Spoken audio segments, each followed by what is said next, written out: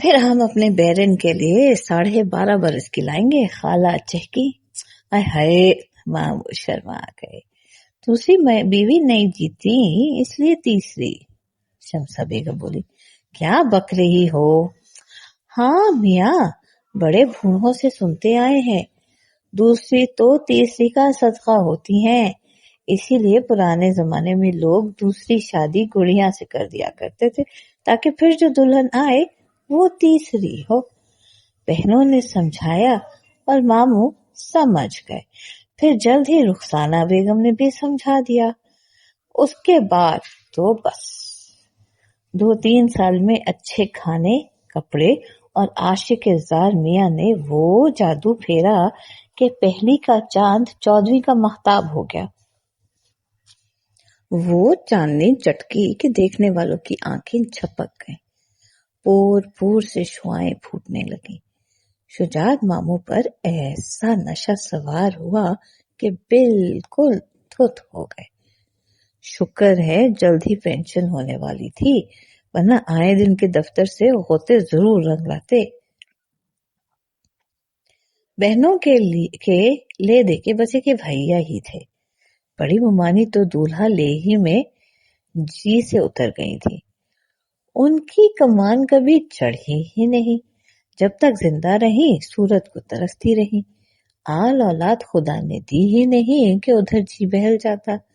میاں بہنوں کے چہیتے بھائی صورت نہ دیکھیں تو کھانا نہ بچے. دفتر سے سیدھے کسی بہن کے یہاں پہنچتے، رات کا کھانا وہیں سے کھا کر آتے. پھر بھی روزانہ خوان سجائے رات تک بیٹھی رہتی اور راہ تکا کرتی. کسی دن اتفاق سے کھا لیتے تو ان کی زندگی کا مقصد پورا ہو جاتا. آئے دن بہنوں کے ہاں ہنگامے رہتے. جھوٹوں کو کبھی بھاوج کو بھی بلا لیتی، مگر یہ بیچاری وہاں غریب الوطن سی لگتی. سب نے بلانا ہی چھوڑ دیا. شجاعت ماموں کو کبھی یار دوستوں کی دعوت کرنی ہوتی یا قوالی اور مجرے کی محفلیں جمتی تو بیوی کو پتہ بھی نہ چلتا. بہنیں سب انتظام کر دیتی یا انہی کے ہاتھ میں روپیہ دے آتے. کسی نے ممانی کو رائے دی کہ میاں کو قابو کرنے کے لیے بس ایک ہی گول ہے، اسے ایسے کھانے کھلاؤ کہ کسی کے گھر کا نوالا منہ کو نہ لگے. بس جی ممانی نے کھانا پکانے کی کتابیں منگائی.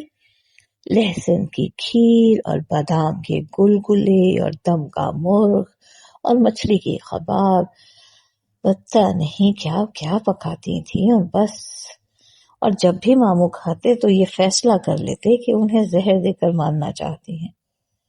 ماموں کو کیا زہر دیتی، ممانی خود خون تھوک تھوک کر مر گئیں.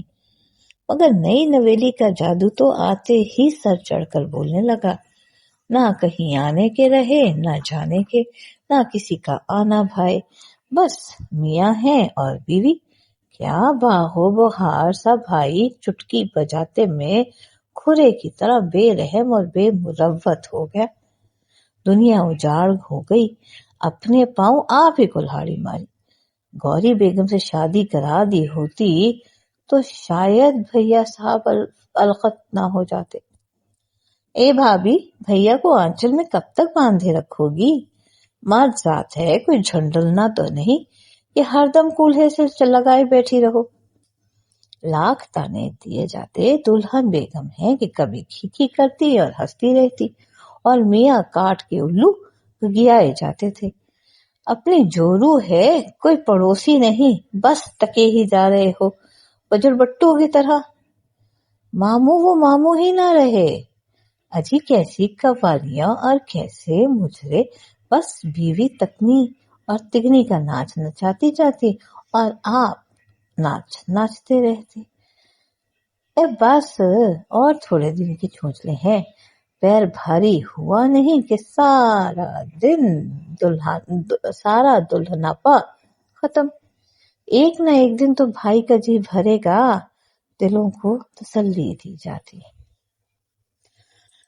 اللہ اللہ کر کے رخسانہ ممانی کا پیر بھاری ہوا تو اللہ توبہ، نہ الٹیاں نہ طبیعت ماندی.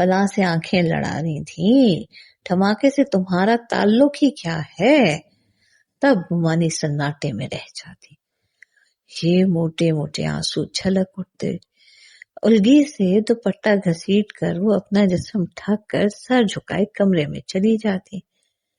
ماموں کا کلیجہ کٹ جاتا، ان کے پیروں تلے سے زمین کھسک جاتی، وہ ان کے تلوے چومنے، ان کے قدموں میں سر پھوڑنے، ان کے آگے ناک رگڑنے اور رونے لگتے۔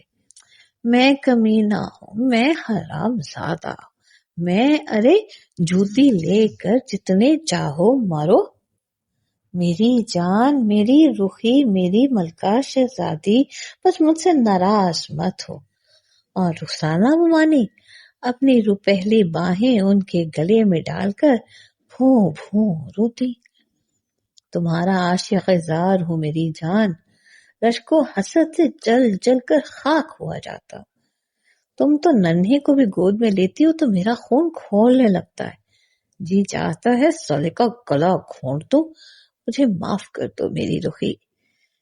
وہ چھٹ معاف کر دیتی، اتنا معاف کرتی کہ شجاعت ماموں کی آنکھوں کے حلقے اور اودھے ہو جاتے اور وہ بڑی دیر تک تھکے ہوئے خچر کی طرح ہامتا کرتے۔ پھر ایسے بھی دن آ گئے کہ وہ معافی بھی نہ مانگ سکے۔ کئی دن وہ روٹھے پڑے رہتے، بہنوں کی امیدیں بندھ جاتی۔ بھیا جان بھابھی کو کڑھا کڑھا کر مار رہے ہیں، اب کوئی دن جاتا ہے کہ یہ آئے دن کی دھانتا کل رنگ لائے گی۔ ممانی چھپ چھپ کر گھنٹوں روتی، آنسو بھرے آنکھوں میں لال لال ڈورے اور بھی ستم ڈھانے لگتے۔ ستا ہوا زرد چہرہ جیسے سونے کی کنی میں کسی بے ایمان سونار نے چاندی کی ملاوٹ بڑھا دی ہو۔ پھیکے پھیکے ہونٹ ماتھے پر الجھی سی ایک وارفتہ لٹ، دیکھنے والے کلیجہ تھام کر رہ جاتے۔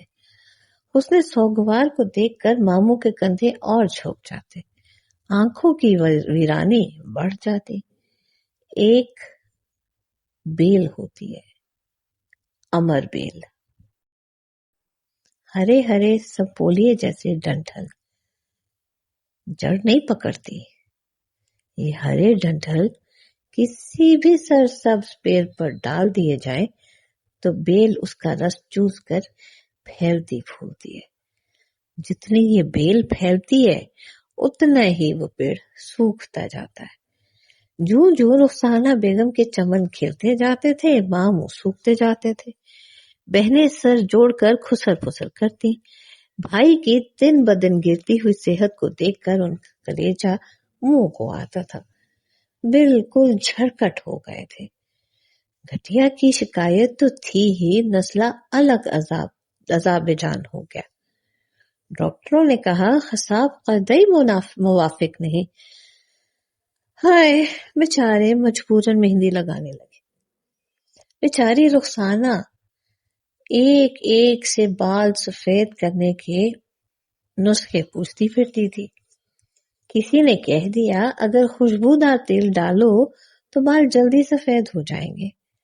دکھیا نے عطر سر میں جھونک لیا۔ ماموں کی ناک میں جو شمامت العنبر کی مدہوش کن خوشبو کی لپٹیں پہنچی، وہ غلیظ عیب انہوں نے ممانی پر لگائے کہ اگر بچوں کا خیال نہ ہوتا تو ممانی کنویں میں کود جاتی۔ ان کے بال سفید ہونے کے بجائے اور ملائم اور چمکدار ہو کر ڈسنے لگے۔